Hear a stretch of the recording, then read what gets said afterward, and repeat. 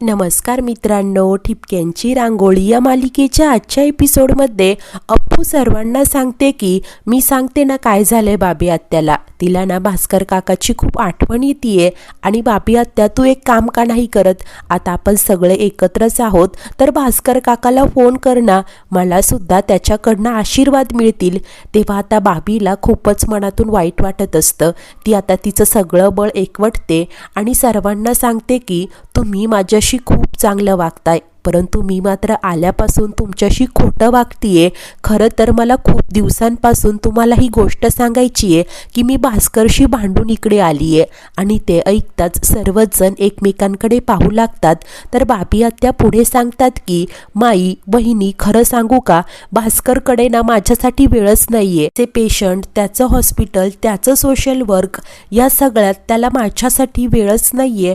असं खूपच दुःखी होत बाबी आत्या आता सर्वांना सांगू लागतात. तेव्हा माई बाबी आत्यांना समजावत सांगतात, परंतु तो चांगलं काम करतोय ना आणि त्याच्या याच कामाचं तुम्हाला खूप कौतुक होतं ना.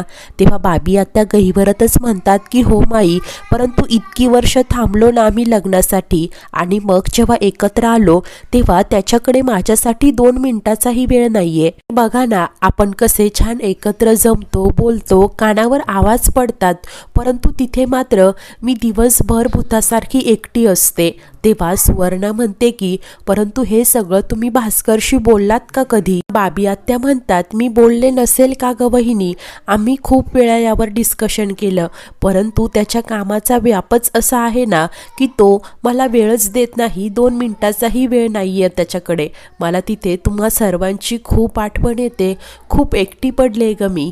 असं म्हणत बाबी आत्या खूप रडायला लागतात. पुढे सांगतात की त्याने मला थांबवण्याचा खूप प्रयत्न केला, परंतु मला ना हे सगळं असह्य झालं होतं म्हणून मी इकडे निघून आले, असं बोलत असतात. तेव्हा विठू म्हणतो की होय, आम्हाला माहिती हे सगळं. भास्करचा फोन आला होता, त्यानेच सांगितलं की बाबी खूप एकटी पडलीये, थोडे दिवस तिला राहू दे तिकडं. तर आता शशांक बाबी आत्यांना म्हणतो की मी लहान तोंडी मोठा घास घेतोय, परंतु तुमच्यात काय फार मोठं भांडण नाहीये.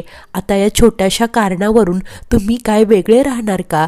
आणि हा काय मला कायमचा उपाय वाटत नाहीये. तर आता सुआ बाबी आत्यांना समजावत सांगते, भास्करशी लग्न करायचं म्हणून तुम्ही किती दिव्य पार केलेत आणि आता तुम्हाला तुमचं प्रेम मिळालंय तर ते असंच जाऊ देणार का तुम्ही? तेव्हा बाबी आत्या म्हणतात, हे सगळं मला समजावताय ना, मग त्याला सुद्धा जाऊन समजवा ना कोणीतरी, मला फक्त त्याचा थोडासा वेळ हवाय. आता हे सगळं ऐकल्यानंतर अप्पू बाबी आत्यांना म्हणते की माझ्याकडे ना एक आयडिया आहे. भास्कर काका सोशल वर्क करतो ना, तुला सुद्धा ते आवडतं, तू सुद्धा ते करायला लाग, म्हणजे तुझा वेळ सुद्धा जाईल आणि कामाच्या निमित्ताने तुम्हा दोघांनाही एकत्र वेळ घालवता येईल.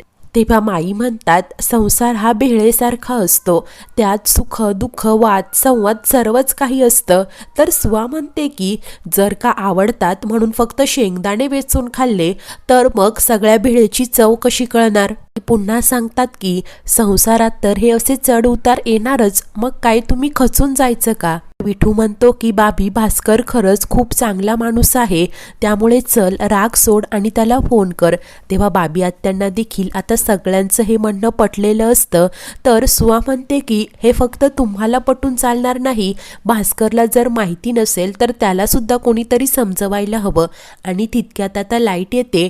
तेव्हा अप्पू खुश होत म्हणते की बाबी आत्या बघ, बप्पाची सुद्धा हीच इच्छा आहे की तुम्हा दोघांचं ना पॅचअप व्हावं. आणि पुन्हा मुद्दाम म्हणते की बप्पाची आणखी एक इच्छा आहे की तू ना माझ्या बर्थडे निमित्त सगळ्यांना आईस्क्रीमची पार्टी द्यावीस. तेव्हा सर्वच जण खुश होत टाळ्या वाजवू लागतात. माई आणि सुआ प्रेमानेच बाबी आत्यांना मिठी मारतात. तर इकडे आता जेव्हा अप्पू व शशांक रूममध्ये येतात, बर्थडे छान सेलिब्रेट झाला म्हणून अप्पू खूप खुश असते. आणि आता विठूने दिलेलं ते सरप्राईज गिफ्ट जेव्हा ती ओपन करते त्यात एक पेन ड्राईव्ह आणि चिठ्ठी असते. त्यात लिहिलेलं असतं की अप्पू, पेनड्राईव्ह मध्ये ना काही बडबड गीतं आहेत, ती ना वेळ मिळाल्यावर तू ऐक, म्हणजे तुझी ती गीतं पाठही होतील आणि बाळावर अगदी जन्मापासून गाण्याचे संस्कार होतील, अगदी शशांकवर झालेत ना तसेच. आणि ते वाचून अप्पू तर खूप खुश होते आणि शशांकला सांगते की मी ना रोज यातील गाणी ऐकणार. तेव्हा शशांक मुद्दामच मस्करी करत म्हणतो की फक्त ही गाणी ना बाबांनी गायली नाहीयेत ना याची खात्री कर एकदा.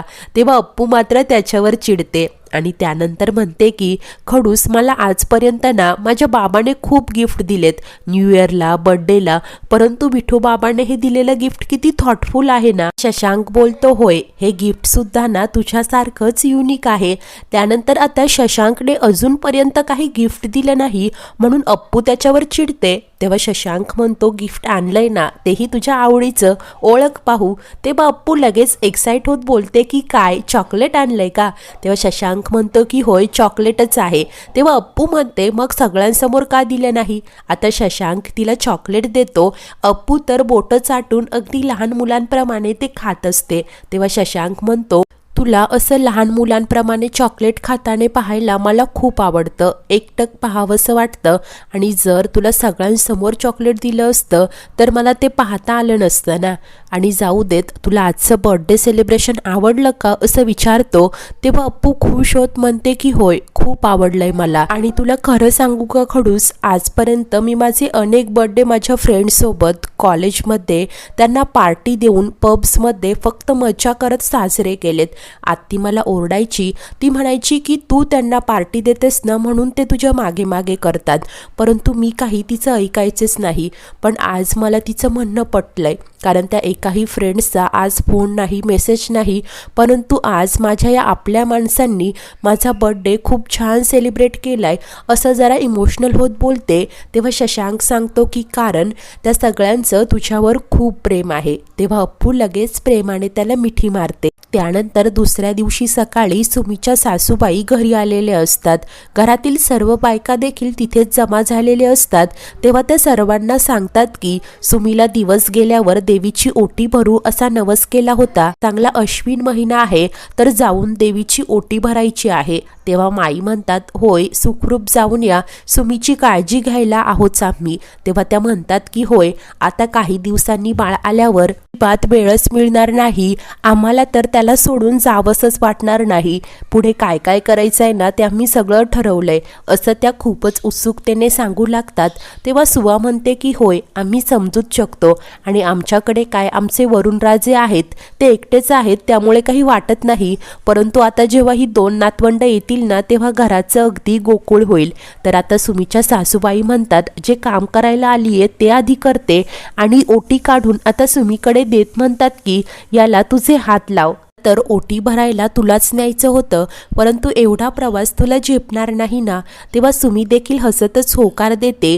ती ओटी घेऊन तिला नमस्कार करते आणि जेव्हा ती पुन्हा तिच्या सासूबाईंकडे द्यायला जाते ती ओटी चुकून खाली पडते आणि नारळाला तडा जातो. ते पाहताच सुमीच्या सासूबाई रडतच बोलू लागतात की अरे माझ्या कर्मा, नारळाला तडा गेला, माझ्या नातवंडाच्या जीवाला काही धोका तर नसेल ना. आई देखील घाबरतच आता देवाकडे सुमीला आणि बाळाला सुखरूप ठेव अशी प्रार्थना करू लागतात. तेव्हा सुवा म्हणते की अहो काहीतरीच काय माई, तुम्ही देखील उगीच भलतं सलतं मनात आणू नका, नारळ खाली पडला म्हणून तडा गेलाय. मी देखील घाबरून जाते.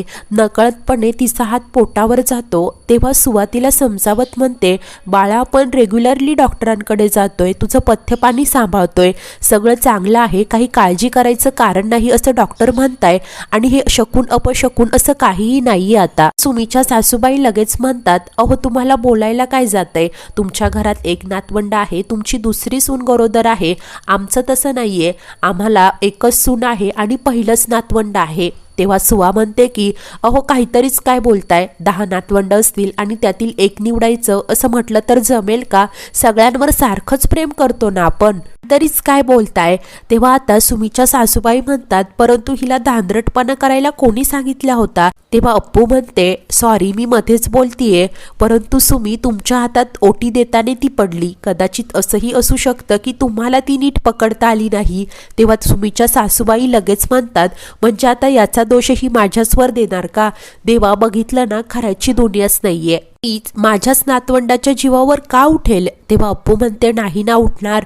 मग सुमी सुद्धा त्या बाळाची आई आहे, ती तरी असं मुद्दामहून का करेल? उगीच बोलून तिला टेन्शन का देताय? सुमी मात्र घाबरतच म्हणते आई माझ्या बाळाला काही होणार नाही ना ग, का माझ्या बाळाला काही झालं ना तर मी नाही जगू शकणार आई, असं बोलत ती खूप रडू लागते. अप्पू देखील तिला समजावते. तर माई म्हणतात उगीच मूर्खासारखं काहीही बडबडू नकोस, माझा परमेश्वरावर पूर्ण विश्वास आहे. सुमीच्या सासूबाई पुन्हा बोलतात परंतु जर का उद्या आमच्या नातवाला काही झालं तर आम्ही सुद्धा आमच्या जीवाचं काही बरं वाईट करू. मोठ्या विश्वासाने आम्ही हिला तुमच्याकडे पाठवलीये. या नारळाला तर तडा गेलाय परंतु आमच्या विश्वासाला तडा जाऊ देऊ नका. आता सर्व घरातील बायकांना ऐकवत असतात. तर पुढील भागात अप्पू आणि सुमी दोघींचंही एकत्र डोहाळ जेवणाचा कार्यक्रम असतो. दोघीही खूप छान तयार झालेल्या असतात आणि डोहाळ जेवणाच्या वेळेसच सुवर्णा दोघींसाठीही दागिना भेट म्हणून देते. अप्पू म्हणते अगं ए सुआई हे काय आहे सगळं? तेव्हा सुआ म्हणते काय काय अगं तुमच्यामुळे तर आमचं प्रमोशन झालंय, आम्ही आजी आजोबा होणार ना, म्हणूनच ही प्रेमाची भेट थँक्यू म्हणून. तेव्हा अप्पू आता खुश होत हसत असते. अशाच नवीन भागांच्या अपडेटसाठी आपल्या चॅनलला नक्की सबस्क्राईब करा. धन्यवाद.